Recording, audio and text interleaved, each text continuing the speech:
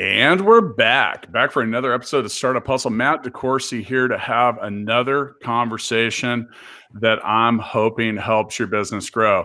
Now, look, we've all started businesses. We've all done a number of things. But one thing that I have found that many startup founders are not great at is telling their own story, giving a pitch, or creating hype. Now, if you know me, you know I love hype.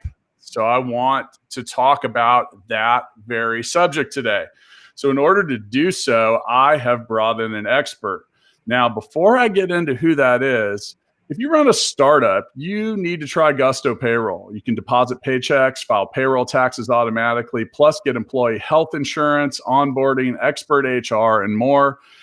Best part, you get 3 free months when you go to gusto.com/startup hustle. Once again, that's gusto.com/startup hustle. As promised, I've got a guest today, the Startup Hypeman himself. With me today is Rajiv Nathan, the founder of Startup Hypeman. You can find more information about at startuphypeman.com. There is a link in the show notes straight out of Chicago, Illinois. Rajiv, what is up? Welcome to Startup Hustle. Thanks for having me. Good to be here and good to get some hustle and grind, as they say. Yeah, I like it. And thanks for bearing with the technical problems that we waded through on the way to the 4th ever restart of a Startup Hustle episode out of 500. That's a pretty good percentage, though. I made it in the top 10 then in that case. Yeah, it's about a top 1% actually. So yeah, feeling pretty good about that. Now, you know, as mentioned, creating hype is something that, there's a science to it. It really starts with storytelling and a whole lot of other stuff, all of which I believe we'll get into. But before we get too far into this, how about a little bit about your backstory and what makes you the Startup Hype Man? Yeah. I think to know me is to kind of just know like what I care about and what I believe in. And I feel like the reason I was put on this earth was to bring more expression into the universe, both by doing expressive things myself, but also then, helping others express themselves better. And I think the way we do that is through different forms of storytelling, whatever that story might look like. So that's kind of fueled all my professional work and all my passions. I might be the Startup Hype Man today, but before I was ever doing startup stuff, I was like in college. I was hosting a sports radio talk show and announcing our college basketball games on air. I grew up obsessed with, and many would still argue I still am obsessed with, professional wrestling, which is just this never ending. And you can even see in my background here, right? I've got this championship belt. I got this WrestleMania sign down here, right? This WrestleMania Collector's Cup is there too. So, and a copy of Hamilton, the book. Right. So, right. These are all like the different ways. It all makes sense. It all goes well together. Right. You can understand me by literally just looking at my video background, which actually bodes poorly for anyone who's listening to the audio version of this, but nevertheless, it's all about story at the end of the day. And I think the more we can emphasize how we communicate with each other, the better our businesses will be. I think the better personal relationships you'll have as well. I think the better our political landscape would be, all those different things, if we just emphasize communication better. Yeah, I was once at a presentation with the president of Cerner. And, for those of you that aren't know who Cerner is, it's one of the largest medical software providers in the world. And he started his presentation by literally saying, all great entrepreneurs are excellent storytellers. And I mean, he had me at that moment because I've always felt that way. I like to be a storyteller, having written 3 books. That's something I find important to me as well. So I think, where we can or could start is why is storytelling so important when it comes to being an entrepreneur? The consistent thing, whether you are just getting started, whether you've gotten your first round of capital, or whether you are, let's say, like a Series C company, the consistent thing across all those different stages is your success hinges on your ability to communicate. You can have a really banging product, but if you suck at communicating that product, no one's going to care and no one's going to listen. And I think one of the biggest challenges, I'm sure you've seen this, Matt, particularly as companies are just getting started, is they will want to talk for 5, 10, 20, 30 minutes about the amazing features that their product has. But people don't buy features, man. They don't buy features. I can't tell you the number of like landing pages I've seen that explain the concept or the product in the context of like how they would talk to like their developer about it. Or it's like the usability of the app comes through an easy touchscreen interface. And it's just like, who would ever talk to someone in that way where you go to someone and say, hey, use my app, because the usability of this app is generated through this touchscreen interface. So the better we can communicate, I mean, the best way to communicate is through storytelling. And the better we tell stories, the more we don't just, do the early stage things like raise capital and get the first, couple customers, but then as your company grows and scales, you emerge as a category leader where you can then dictate the rules for your market instead of being beholden to the rules of a competitor. So you hit a real hot point for me, and those that are regular listeners on Startup Hustle, first off, thank you. But they've heard me all say, people don't buy features, they buy benefits. People want to know what the features do for them. Honestly, no one really gives a shit about the features. And I always, share a story about shopping for a camera at Best Buy. And there's this, basically kid, at least compared to me, trying to sell his camera. He's going down this features list and he's on like number 12. And finally I just stopped. I said, will this take professional quality pictures of my kids on Christmas? And he said, yes. I said, all right, sold. Yeah. That's all I needed to know. That's really all I cared about was the benefit of all those features. And still to this day, and I'm on my third professional camera now, I still don't know what all that crap is because I don't care. I don't. Well, now some people do. Half of listeners do care, and but I'm not an introverted analytic type. I care about the bottom line, like I said. And so now knowing that though, and that people have different personality styles and they hear things differently, how do we begin to shape our startup stories and our hype in a way that is universally received? Well, to use that Best Buy example, and I think a lot of startups can relate to this, what if that Best Buy associate had started by just asking you, hey, what do you want to use a camera for? Right? What's the main reason you want to take photos? And you probably would have said family portraits or something to that extent, to which he or she could have then asked something like, okay, do you think these are going to be more like staged indoor photos, or do you want more like candid shots of your family? And you would have had an answer like that. And then he could have easily explained to you, well, this camera is really great for Christmas portraits that you can send to grandma and grandpa. And then you would have been like, okay, great. I'm interested. Tell me more about it now. Right. And so it's reframing how you think and how you talk about the product itself. And ultimately that's what your brand ends up being about, is what does the customer care about? And that shouldn't necessarily be I would assume a lot of your listeners, that bit of information is not new, like the idea of what does your customer care about. But I think executing on it is really difficult for the reason that so many startups tend to ignore that advice and just talk through their own stuff anyways. So the fundamental thing I would say, at least as a starting point, to be able to better embrace that concept is what I call think like an entertainer. And if you look at an entertainer, so Matt, who's your favorite music artist? Humphreys McGee. All right, Humphreys McGee. If you go to like an Humphreys McGee concert, let's say they're like selling out like Madison Square Garden, perhaps. What does not happen, they don't hit the stage being like, all right, how's everyone doing tonight? And you're like, yeah, great, we're awesome. Yeah, okay, great. Well, tonight, here's what we're going to do. We're going to play every song we've ever had in our entire catalog over our 20 plus years of existence. Not just the ones that have been released, but the B-sides as well, and the draft versions that we're still working on in our garage studio. It's going to take about like 29 hours to get through it all. Who's with me? Right? Even like the most diehard Humphreys McGee fan would be like, What? That crowd might be into that. But that said, I mean, if you ever tell a jam band fan that they're going to get a 29-hour concert, they probably just take more mushrooms and toke up and really dig their heels into the lawn. But I mean, just realistically. But yeah, no, I hear you. So one of the things you were kind of alluding to this in the beginning. Well, thinking like an entertainer often means getting right to the point.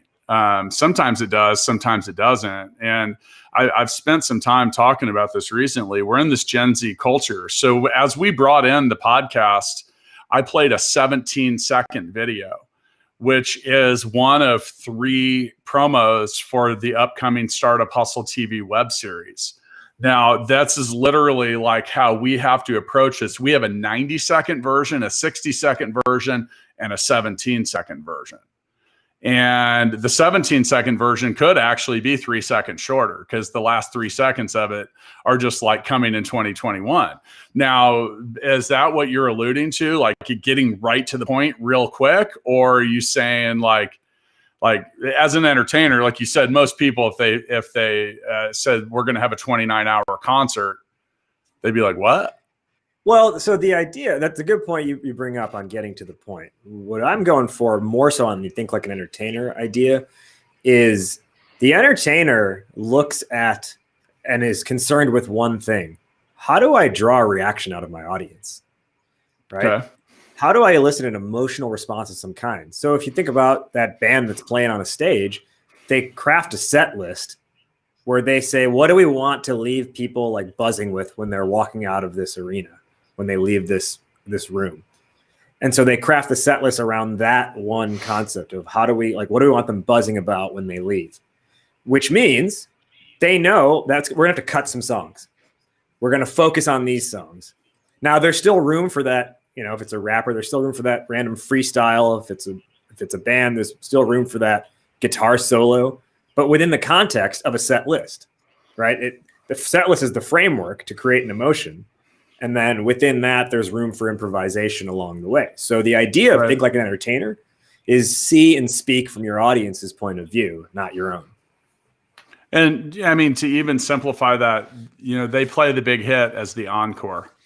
Yeah, that's the last song, and that's everyone's leaving. Oh God, I didn't think they were gonna play it, and then they did, and man, that was freaking awesome. That's kind of how that goes when they're leaving. But yeah, and that's you're talking. All right, so now let's move this over into the world of startups, and we're talking about creating hype and sending our message out and doing stuff like that. So one of the things that I spend a lot of time thinking about and focusing on, I call it fact shaping. And anytime you have facts and you have language, there's an infinite number of ways and that you can say it or deliver it, which means that some ways have to be better than others. So some of the things when I talk about delivering my message or creating hype, it's about, how can you get this massive explosion, kind of like what you're talking about, in 3 words. And, and I see a lot of people fail with this when they're trying to create promo or hype. They've got this 1080 by 1080 Instagram image, and it's got like 60 words in it. And they think they're being brief, and it's really small font and whatever, and you scroll right past it, and the thing is what can you do to deliver your message and create your hype in a way that's even shorter? Now go back to that 17-second video that we talked about on the way in. Hey, let's show it again or let you hear it. For those that this is literally, if you're listening to just the podcast, come check out the live stream. And I want you to notice this says nothing other than I'm an entrepreneur, right? So let's sample it. I'm an entrepreneur. I'm an entrepreneur. I'm an entrepreneur. I'm an entrepreneur.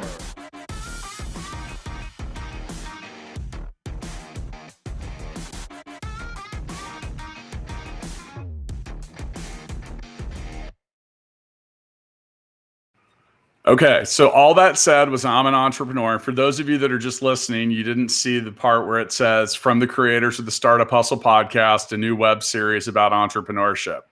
Okay, by the way, that promo out of the 3 that we made, went miles further when it came to engagement, because it grabs you right away.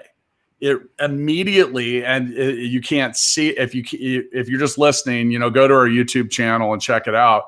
But it says across the screen, I'm an entrepreneur, I'm an entrepreneur, I'm an entrepreneur. So look, if you're an entrepreneur, you're probably either going to see that or hear that and stick around for 3 seconds or longer and actually see what's next.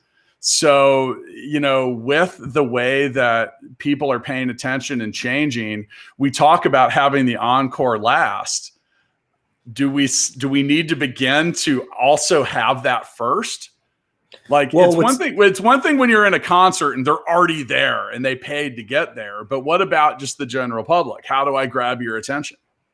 One thing that's interesting in that video that you just showed is you could have easily flipped the order, but it would have had a way different impact, and people may not have stuck around. If it started with, from the creators of Startup Hustle podcast, a new series, and then it went into I'm an entrepreneur, you may not have captured people in that first few seconds. But I know, right? 14 seconds of just I'm an entrepreneur being repeated over and over again allows your audience to start to identify with the different people in it. Because what are you saying in your head? You're either saying I'm an entrepreneur, or I am not an entrepreneur. And if the answer is I am an entrepreneur, you're intrigued enough to keep watching for a few more seconds to see where is this going.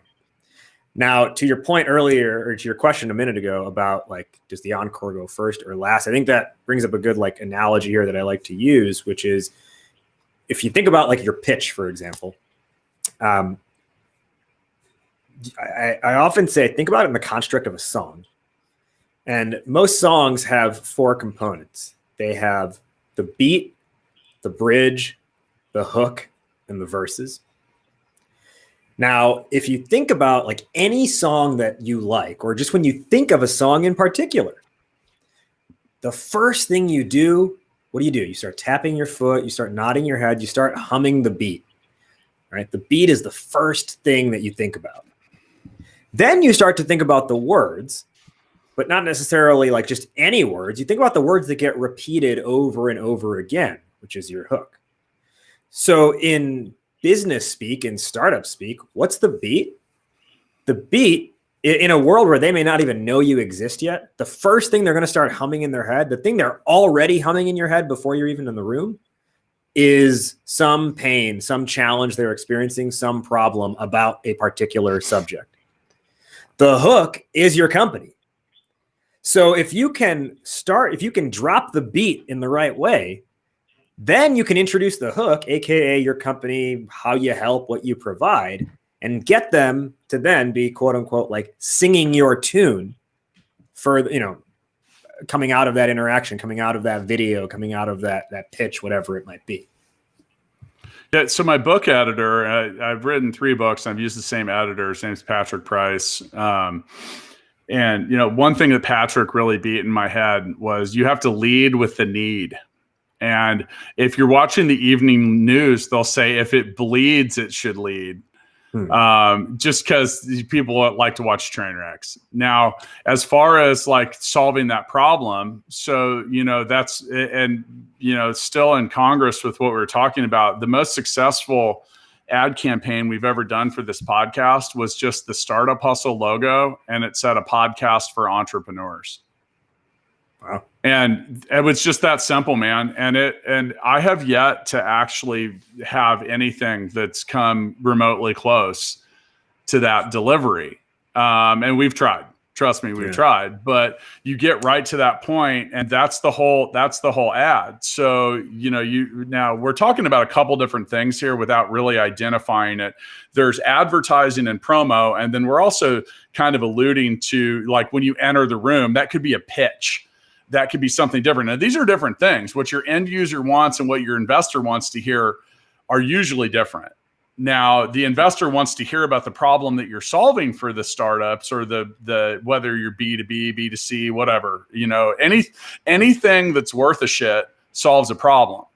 Which, by the way, I'm still confused why Snapchat is successful based on that criteria. I'm being serious. That's one of the outliers that I have a problem struggling with, and maybe that's just an entertainment play, you kind of see the point. It's like, what was the real true need for turning ourselves into looking like a cat or a man or a woman or something? Now, that said, I mean, maybe it was a need for entertainment, and I don't know, but for overall, your product, service, or whatever you do should be solving some kind of problem. And that is almost always the need. Now, as I've evolved with my own messaging and trying to get this stuff out into the world, it's changed for me because I'm also the founder of Gigabook, and with Gigabook, that's appointment scheduling, and it creates efficiency. You get it. I have 100 competitors at that. Mm-hmm. So the thing is at first I was kind of focused on the feature. Oh, you take appointments online, you can collect an invoice. How about unchain yourself from your business? Because that approach, once again, miles ahead of everything else, because it directly appealed to the feeling and the sentiment that the users had. They're like, I'm up sending text messages at midnight and I'm missing calls because I'm providing services for other clients, and I haven't grown to the point where do I really need someone to do this? So that the one thing that, for those of you listening, I don't want you to underestimate the value of peace of mind.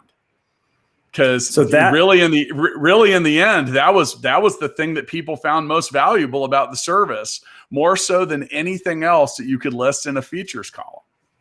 Well, and the way you have to think about it too is like, how much information can someone take in at one time? A lot of entrepreneurs, a lot of startup teams, they overwhelm by saying it can do this, and it can do this, and it can do this. And I don't love using Uber as an example, but for this reason, I'll use it, where you're just like, when Uber first came out, it was literally just like, get a ride, right? It didn't have Eats. It didn't have Pool. It didn't have XL. It didn't have Chopper, right? It was just get a ride, right? It was as simple as that. And then once people became familiar with that concept, then they started adding feature by feature in a really intentional way. But it wasn't like, hey, we're going to tell you everything up front, and then you decide which one speaks best to you. It was like, let's just come out with one thing, do that well, only focus on talking about that, and then we can roll out things later on. I do also want to hit on with what you just said there, unchain yourself from your business? Yeah, or something along those lines. Really unchain yourself from your business. So that actually fits really well with this formula I discovered a few years back on creating slogans or taglines. And I stumbled into it with the first version of my podcast. So my podcast used to be called Discover Your Inner Awesome when it was part of a different company, my first company. And when it was called Discover Your Inner Awesome, whenever I would tell people the name of the show, they would get it right away. And they'd either respond favorably or they would respond with kind of a little bit of distaste. They'd be like, oh, is that personal development stuff? Yeah, I'm really into that. Where can I listen? Or I'd get, is it personal development? I'm not really into that. But there was no middle ground. It was always I like that or I don't like that, which was great. And we didn't really have to explain much beyond that. And again, we accidentally came up with that name. But then I started to look at, wait, this is showing up in a lot of other places as the formula for how world leading companies are creating their slogans. And then I ended up writing in 2016 an article, sort of I don't know if you want to call it controversial, but I was concerned, let's say, around late 2015, as we were entering that presidential election, when I saw, oh my gosh, guess who's using this formula too? And I was like, I think he might win based on this formula. And the formula is your tagline starts with an action verb combined with an audience aspiration. So in our case, it was discover. There's the verb. Your inner awesome is the aspiration. If you look at other world leading brands, masterclass, learn from the world's best. WeWork, hustle, or no, sorry, it's do what you love, right? And then in the case of Donald Trump in 2016, make America great again. And that means a lot of things to a lot of different people. But when I look at like, hey, how did that help his campaign so much? Because it galvanized people around a specific belief. It created the audience out of the gate, and it refuted people immediately who weren't going to be on board with that. So it draws the line in the sand right away. There's no middle ground, really. And in your case, unchain yourself from your business. Action verb combined with the aspiration of an audience. Another one, United Airlines, fly the friendly skies. Although they kind of beat up their people who fly on their flight. So maybe they're not so friendly. They're friendly on the ground. Or they're not friendly on the ground, but they are friendly in the skies. Right? But these are the different like world-leading brands who follow this same formula of action verb combined with audience aspiration. And I believe the reason that it works so well is because you are forced to inherently ask yourself, do I want this? Yes or no? Do I want to fly the friendly skies? Do I want to learn from the world's best? Do I want to unchain myself from my business? Right? These are all the questions that you ask yourself when you see those. And conversely, it has to be like in an active state, right? Action verb. It can't be like learning from the world's best, because now it's passive. I can't ask myself that question anymore. You know, it's funny you mentioned Masterclass, because I have been watching Masterclass, and I have some notes from the advertising guys that did Got Milk, and I can't remember what their names are. Now, before I share those notes with you, just a quick reminder that taking care of employees has never been more important. And for years, Gusto has been helping more than 100,000 small business owners run payroll, offer benefits, onboard new employees, and more. And they call it the people platform. Well, there's your tagline, the people platform. And so it doesn't just look nice, it actually works. So your payroll taxes are filed, which is a pain in the butt if you've ever tried to do them on your own. Deductions are calculated, your team gets paid. You can even offer health insurance and 401ks. You get 3 months free after your first payroll when you go to gusto.com/startup hustle. That's right, gusto.com/startup hustle. Hey, 3 months free is great. So, I was mentioning the masterclass. And so they have the two guys, the ad guys that did, they were the creators of Got Milk, and they've done a whole lot more than that. But they had a few things that I'll watch these, and I'll use my iPhone and just put little notes in there. Mm-hmm. So I have under advertising. You talk about making things that aren't advertising. And you get a high level of response to that these days. I mean, you look at Instagram and all the different things that people reply to, it's not a typical ad, and like I posted a picture in the Startup Hustle chat, and come join us there, folks, of the studio that we're setting up for Startup Hustle TV, and it had like 80 some people like it in a day, which, by the way, is kind of a lot. I mean, considering that there's 1,500 people in the whole room, I mean, that's a pretty high engagement. It's also talking about, some of the other things they have when it comes to your messaging are, understanding that people aren't the same. And we alluded to that in the beginning of the episode, using your environment, be alert for ideas and inspiration. And that comes from, in my opinion, it comes from talking to people that either use your product or are interested in your startup.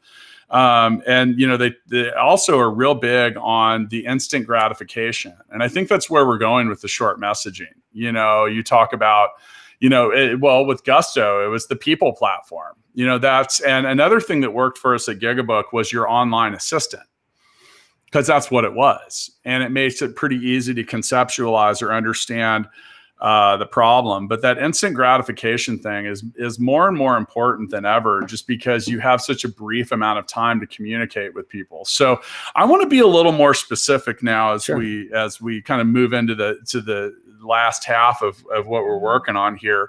And let's talk about the actual pitch. Let's be hyper-focused on the pitch to investors, because I think that's where so many people struggle. And there's a lot of ways you can struggle doing that. But first off, how do you work to help?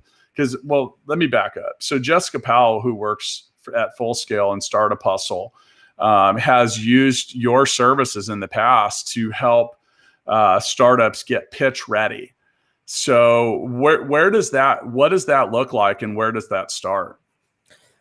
Great question. I always say your starting point should be your elevator pitch. And that's true whether you're just getting started, whether you're raising your first round of capital or you've scaled up. You should always know what is that 30 to 60 second version of your company sound like. And the reason is because your elevator pitch is not just that insular, like, hey, here's what I say when someone asks, what do we do?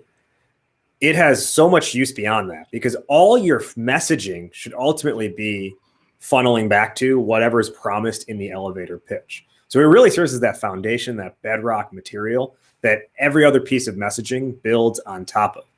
A pitch deck is really just in expanding on whatever was said in the elevator pitch. So that's why I'm always, whenever a startup comes to me and they're like, we want to work on our pitch deck, I'm like, okay, great, but let's first work on the elevator pitch.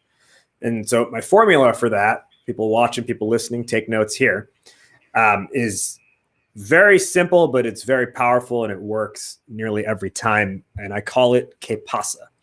Now, Matt, if you know Spanish, do you know what que pasa means? Isn't that what's happening? Exactly. What's up? Did I get happening? it right? Yeah. Hey. Shocked. Colloquially, it's literally you're asking someone, what's up? And so when you think about your elevator pitch, that's what you got to do, is just tell people what's up with the business. Que pasa, acronym PASA. Problem, approach, solution, action. Problem, approach, solution, action. Problem, approach, solution, action. The reason why that works really well is because you are starting off by providing context and frame of reference for why you should exist. Moreover, you are leading with empathy. You're saying, I understand the way things are today. I get it. It sucks. That's why my company has chosen to do something about this, and here's what we offer. And that formula is designed to be delivered in 60 seconds or less. And it works really well to your end users, and it works really well to your investors as well. It will always be audience dependent. So if you've got a marketplace company, your que pasa is going to be different to your users versus your providers on the marketplace, and then your investors as well. But what I see a lot of entrepreneurs get wrong. They think, oh, I'm pitching an investor here, so that means I need to talk in a certain way. I need to talk big or something like that. And they'll end up talking to the investor, and I've seen this happen at networking events where the investor will be like, oh, okay, cool. Tell me about your company. And they're like, yeah, so we're disrupting a $46 billion healthcare market by doing X, Y, and Z. And it's like, next, right? Everyone's disrupting something. And especially if you're just getting started, the only thing you've disrupted is your own bank account and your wallet and your ability to get guacamole on your burrito at Chipotle. So you haven't disrupted anything yet. And this whole idea of lead with market size. You know what? If you're already talking to someone who can give you money, market size is table stakes. You don't have to open with, we are disrupting a $46 billion market. It should be assumed that you're entering a big market that's on the rise and not a declining market that's small. So you can even use that consumer facing or that customer facing value proposition, that que pasa elevator pitch, to your investors. You just speak about it more in a third person tone instead of a direct tone. And then you can add some information on the back end that an investor would care about related to your company, like some traction measures, some traction metrics, is there an interesting new development in the industry, something that indicates a trend is going in a certain direction. So I can give you an example of what one of these would sound like, if that would be helpful. Please. One of my all-time favorite ones is a company called Fan Food, who actually Jessica Powell I know is familiar with. They are based here in Chicago. And initially, their elevator pitch, it sounded something like, okay, so Fan Food is a live event, mobile concessions app where the value add to the stadium is more per cap revenue, and the value add to the fan is faster food in your hands quickly. And it was like very blah. What we changed it to using the K-PASA model was, as a diehard sports fan, there's nothing more frustrating than going to your favorite team's game and missing the big play because you were stuck waiting in line for a hot dog and beer. Fan food keeps you in the moment. Use the mobile ordering app and get your concessions delivered directly to your seat so you never miss a big play again. Download Fan Food in the App Store today. See, that can get my attention. And if you're a sports fan, you start to think about when that's happened to you, right? Like Carson, the CEO of Fan Food, I was with him once and he was giving that pitch and someone stopped him mid-sentence to tell him the game they were at and the play they missed. And this guy was like, oh my God, that's me. That's me. The Odell Beckham catch, that happened to me. Like the greatest catch in NFL history. I had spent $1,000 on my end zone seat, but I had to watch it happen on that tiny TV above the line to get beer from. I was so mad, right? You're able to empathize with their situation so well that they visualize it happening to them as you narrate it back. And that was like a 15-second delivery. I want to point that out. That was like at best. And I think that's one of the things that people do. And, part of what Full Scale does, and Full Scale is the parent company for Startup Hustle. And we've invested over $1 million in different startups over the last year and a half. And I know that's not huge, but it's still not nothing. And we've had a lot of people pitch us on a lot of different things. And, I think that the pitch deck and the pitch and all of that is remarkably overthought in many parts. Like I see people that are like, well, I want my deck to not be more than 10 slides. So they cram everything they can onto those 10 slides, and it's like, shit, and remember, you don't make the deal in the pitch deck. Right. Pitch deck's just there to get someone's attention. It's like, I've had people tell me, I say, well, what have you done to try to promote or hype or advertise or do anything for your business? I said, well, we tried CPC ads, but they didn't work.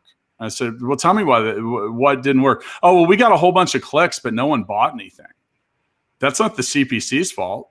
That's not Google's fault. That's not Facebook's fault. That's your fault. Because wherever you're getting the ads job was to get clicks. And it got clicks, but then wherever they landed didn't do shit. So that's a different problem. You're not examining the right solution. And some of that, like you said, is the messaging. And you talk about those landing pages that are like, the modern touchscreen integration, blah, blah, blah, blah, blah, too many words rather than easy to use. Right. no learning curve. Yeah. Just stuff like that is going to get my attention more. And we were talked about music and entertainment earlier. So I spent years in the music business and more specifically in musical instruments. And I was a sales trainer. So I did manage a portion of like 14 different retail stores, and I'd go around and train people how to sell, and I'd listen to someone talk, and a housewife would come in wanting to buy a keyboard for her kid. And, here's a guy that's a professional keyboardist in a halfway successful band, overloading, using industry terms and jargon and things that no one understood but him. And, I'd go over and be like, you were talking way over that buyer's head. Well, what do you mean? I was just talking about what I know. And I said, yeah, but that lady's just trying to get her 5-year-old to take piano lessons. She doesn't care about the portability and the transferability and the live quality sound. That's like, she's just trying to get this 5-year-old to not quit piano lessons.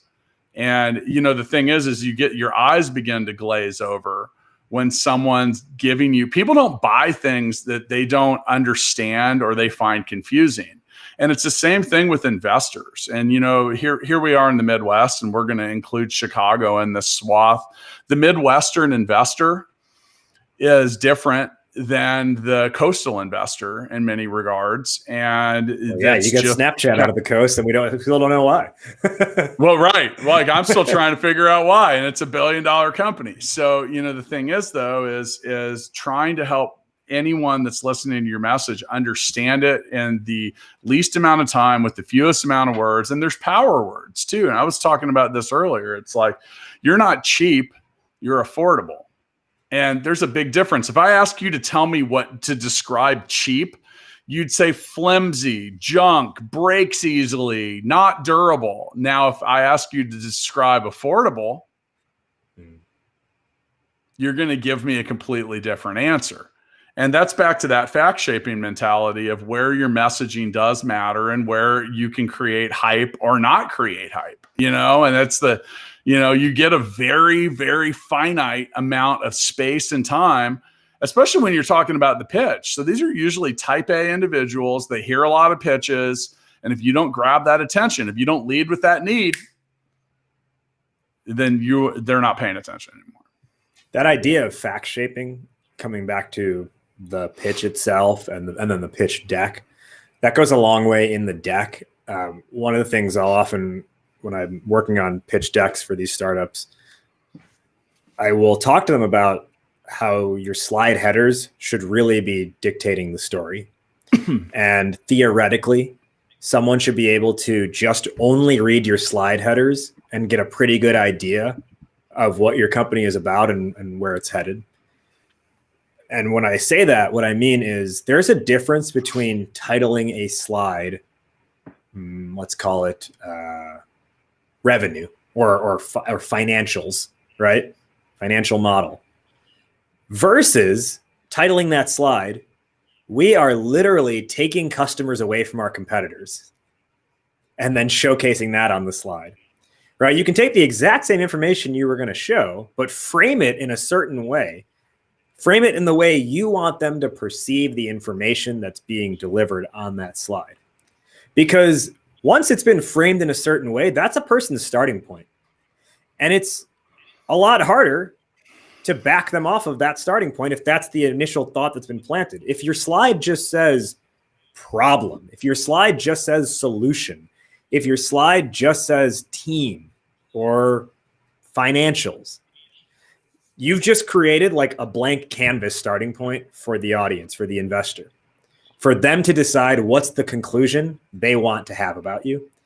But if you create the conclusions for them, again, now they've got a particular narrative that they have to decide off of, as opposed to creating their own narrative for you. And one thing you have to do when you're pitching is control the narrative. Yeah, I talk about that a lot as well. And just like that. So, and by the way, I've noticed in the notes here that you're an advocate of making rap music videos to grow your brand awareness. I've done that. Yes. I've done that too. Nice. Yeah. And I did it for Gigabook. I actually hired a guy. He did 4 different videos. And the thing is actually that I could still I could probably wrap them because, gigabook.com is here to add efficiency to your business through automated tasks. Nice. And just going through all that. But, you talk about the narrative. So I'm actually a big fan of the pitch, doing a pitch video. Mm-hmm. Okay. Like a 1-minute video. But you will get me to watch that 100% of the time. Yeah. Your pitch deck, you can lose me really quickly. And you talk about there's so much that can be left to interpretation. There's things that can really go off track, things that can be misunderstood. The idea of the pitch deck or the 1-pager / executive summary, because they're similar, maybe not the whole way. Like, I don't want to see your 60-page business plan. Right. Do you? Do you want that to be the first thing I deliver? That's boring. And no one's going to read it because people are too busy for that. They don't care. They don't want to read that crap, and I'm not saying that it's total crap, but to them it is. Because you're like, what am I supposed to do with this? So you talk about like a 1-pager or something snappy and, being able to, so I've done this just to improve our business. And this is outside of creating hype, but in our sales and presentation process, I've created 6 different videos at full scale that answer echoey questions. Like everybody asks the same questions over and over. So you start hearing this echo, and you can do the same thing with investors. So if you give a number of pitches and you hear, and this is where you have to not be stubborn. Because I see a lot of founder stubbornness too. They're like, God, they just don't get it. I'm like, it sounds to me like 7 people are telling you exactly what you're not doing right. And you're the problem, not them. And I'm sure you've run into that a lot. Yeah. Well, I mean, you see it a lot on Shark Tank where like, say they don't get the deal. And then in their little post interview, they'll be like, yeah, they just really couldn't see the vision. And I'm always like, is it that they couldn't see it or that you couldn't deliver the vision? And yeah, you're right. With these questions, I always recommend like keep a running FAQ. When you start to hear questions come up more than once, 2, 3 times, just Google Doc, open up a Google Doc, write down that question, and then take some time and sit down and write out what is my answer to that question, and think about how you can frame that response as its own mini story itself. So that way. And, and then you can start testing it too, because you're going to get the question again and you can refine your responses over time. But that's, that shows preparedness. And I think the idea of the pitch is not just the elevator pitch. It's not just the pitch deck, but it continues into that Q&A session. It continues into telling, being able to talk about in a future discussion, what is your own background, right? These are all things that are a part of the larger concept of pitching. And ultimately, all of it comes down to communication. In the world of literature, and that's where I really wrapped my arms around the echo concept, because once again, my editor was like, you sound echoey. You're saying the same thing over and over again, or you're using the same words, phrases, or just syntax, saying that said, comma. And you say that enough, it becomes very echoey. But I kind of, as I've turned that into like listening to what the echo is. So for example, the echo, if it's going to be there and people are going to ask those same 5 questions, get them out of the way, knock them out. And it really provides a level of clarity and removes that kind of haze of confusion. Now, speaking of echoes, one thing that's an echo in your business is payroll, and you're going to have to keep paying people over and over again. So look, paydays are great, but running payroll, calculating taxes, deductions, compliance, that is not simple and easy unless you have Gusto. Remember, that's a people platform. So Gusto is simple online payroll and benefits built for your small businesses. Gusto automatically files your payroll taxes, directly deposits your team's pay. Plus, you can offer all kinds of benefits, 401k, health insurance, workers' comp, and more. And because you're a Startup Hustle listener, you can get 3 months free once you run your first payroll. You go to gusto.com/Startup Hustle. Once again, that's gusto.com/Startup Hustle. There's a link in the show notes, as there is also a link in the show notes to Startup Hypeman. So here with that final ad read, we're getting near the end of this show, and I end my shows with the Founders Freestyle. Now, I'm going to expand this a little bit because I know you're a wrestling fan, so we'll go into that overtime, sudden death, like battle royale. Because don't confuse being a startup owner as anything other than that.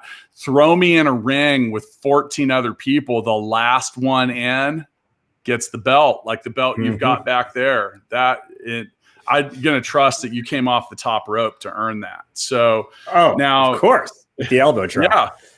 Now, one of the things that's funny, because you mentioned like wrestling and all this, dude. No one does hype better than pro wrestling, probably, and it's always over the top. Now, one of the things is and you talk about acting like a pop star or a rapper or a wrestler, you can't be okay. Woo! Who is that? Ric Flair. Of course. All right. So look.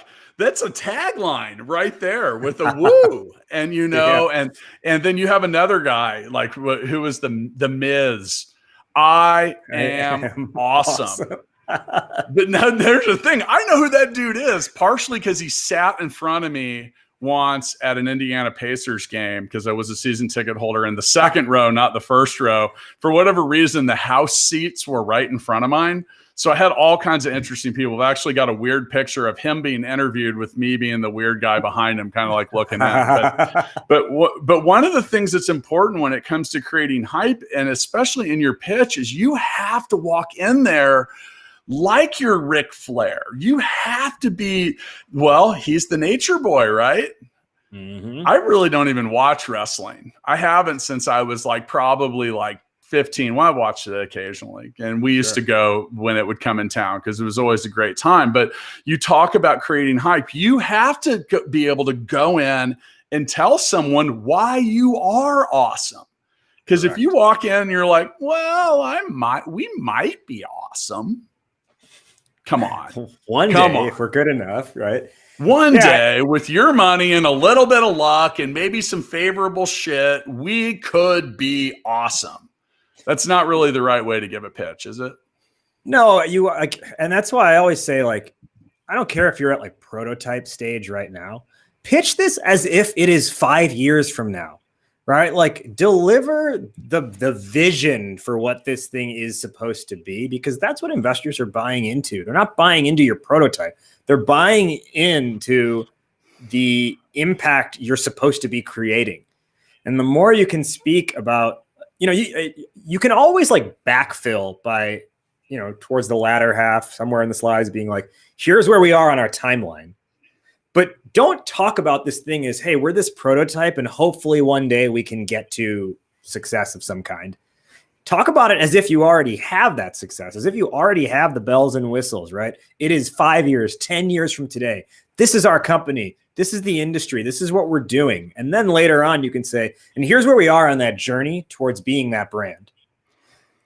And that idea of being the pro wrestler, right? The parallel I always like to draw is that every startup is a wrestler, because what is a pro wrestler? A pro wrestler is an individual brand. And the pro wrestler's job, and we know it's scripted, right? That's not hidden. But in that script, the pro wrestler's job is to talk and wrestle in a way where if you're a good guy, it's cheer me. And if you're a bad guy, it's boo me. Boom. Either way, come back to that idea of the entertainer. It is elicit the desired emotional response from the audience. And the wrestlers who get fired because they can't hack it, it's not that they were bad wrestlers. It's not that they didn't have the right technical acumen. Right? It's not that their product was bad, quote unquote. It's that couldn't throw hype. Exactly. They could not draw. They got a flat response from the audience. They could not elicit that reaction. So in that same way, that's what you've got to be doing. You can have the best product, but if you can't elicit the response and the reaction, it's not going to matter.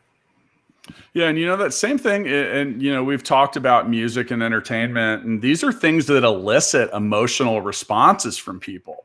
And that's the same thing. It's the same reason that kittens and babies get such a high engagement when you see an image, right? It is. And just in life-changing events, because it's like a wedding or even a funeral or things like that. That's why so many people are drawn to engage, because that's back to that empathy. And, part of what we're talking about with the hype side of things is I want to see people. All right. So we're coming up on the 500th episode of Startup Hustle. And for those of you, especially Stephen Ford, our Penco guy, who has listened to every single one. Yes. If you've listened to every episode of Startup Hustle, we want to know, by the way, we want to know coming into episode 500. So let us know, because you may get one of those heavyweight champion belts like Raj has behind him. And you really might. So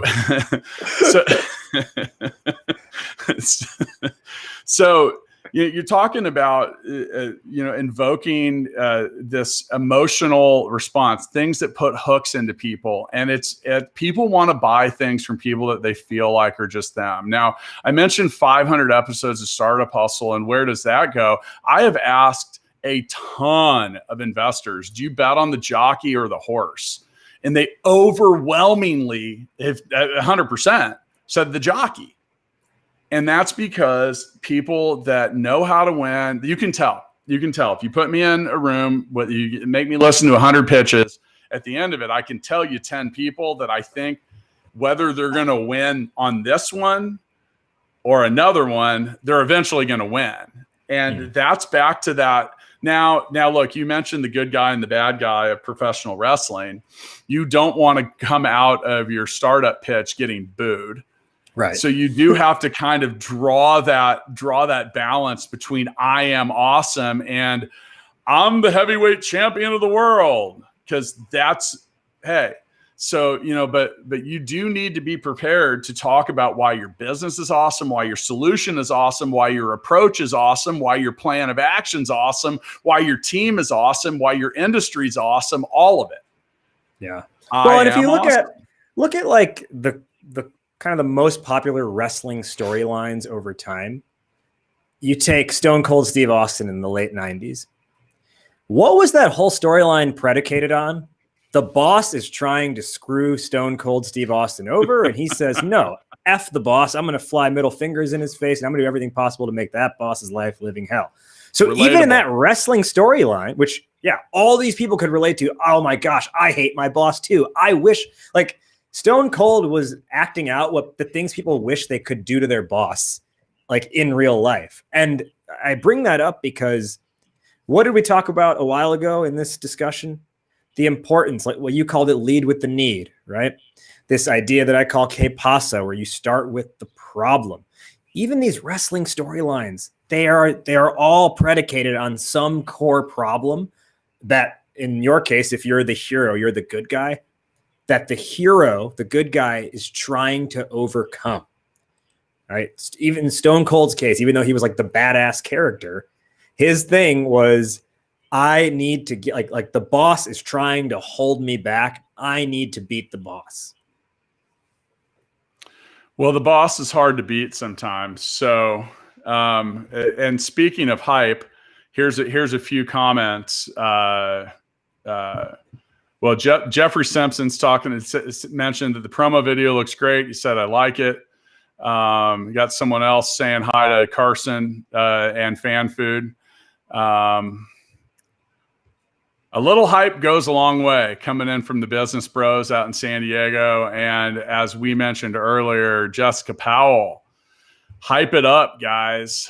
Now, I can talk about hype all day. Unfortunately, we don't have all day. Now, I did mention earlier that I do end my episodes of Startup Hustle. I say my episodes because I'm not the only host of Startup Hustle. So make sure you find a little time and listen to the weekly episode from Innovate Her founder, Lauren Conaway, or our e-commerce and Amazon expert, Andrew Morgans. Those come out on Tuesdays and Thursdays. We will be returning to some good old OG Matt and Matt episodes, as we are going to have a 52-part series in 2021. That's right, 52 parts on how to start a tech company. We're going to be real honest because people, it ain't easy. So with the Founders Freestyle, I'm going to ask you, I'm not going to ask you to rap, but you did say you like to make a good rap promo video. So if you want to rap, that's up to you. But what's the best advice you could give to a founder when it comes to creating hype and just delivering the message overall? Audience over everything. I don't care about you. I care about what matters to your audience. I think that's strong. Yeah. And once again, now I think that I'm going to parlay off of that. We'll tag team. We're talking about wrestling. Sure. So I'm tagging in, and I'm the guy that comes. I'm going to come in. I'm getting the 3 count. Now, if you want to get that 3 count and you want to pin the bad guy or win the belt, knowing the audience and who you're delivering to is a key element of that. You're going to have a different approach for different people. The message that you're delivering to an investor is different than a user or a client. Investors want to know what's in it for me. So do clients, by the way. They want to know what's in it for them, but you have to be able to explain the problem you're solving and why you're the right people to solve it. Don't be afraid to stand on the top rope and yell, I am awesome, in a tasteful way. Now, I'm telling you, I could see that approach actually working in some regards. I mean, if I had to go in and give a pitch at this point for a new startup, I'd say, look, I have a long history of successful entrepreneurial ventures. Does that mean that I have all the answers? No, it doesn't, but it means that I have a lot of experience finding solutions. And that will result in us getting to where we need to be faster, cheaper, and probably better in the end. That is an example of I am awesome without being, hey, I'm awesome, because that's a different approach. But you have to be ready to tell people what's good about you. And at the same time, I think you can and should also be prepared to say what you're not awesome at. Because you're talking on an investor side, you're talking to sophisticated people. They hear it all day. I'm awesome, I'm awesome, I'm awesome. You could say, well, one of the things that we're not great at and that we hope to improve at is this, this, and this. And that's part of why we need additional capital. We plan on failing fast and getting to solutions faster. This is okay. This is okay. It's okay to admit why you're not great and what your plan is for fixing it. And when it comes to users or clients or anyone, remember, they only care about the benefits. And that's defined as what does what you're doing do for that person? How do they benefit? How do they win? Where do they come out on top? And it's not always super tangible. It's okay. Sell more, spend less is a good place to start. And if you go past that, you look into peace of mind, convenience, and a whole lot of other stuff. So I've even outkicked my coverage, man. My lights are not shining on me anymore. Speaking of which, if you want to come check out the live stream, we've been recording all of our episodes. You can watch them live while they occur on the Startup Hustle Facebook page, our YouTube channel, and then go back to YouTube then the same day that the podcast is published. That said, man, I got to bounce. So I'll see you next time, Raj. Thanks for having me.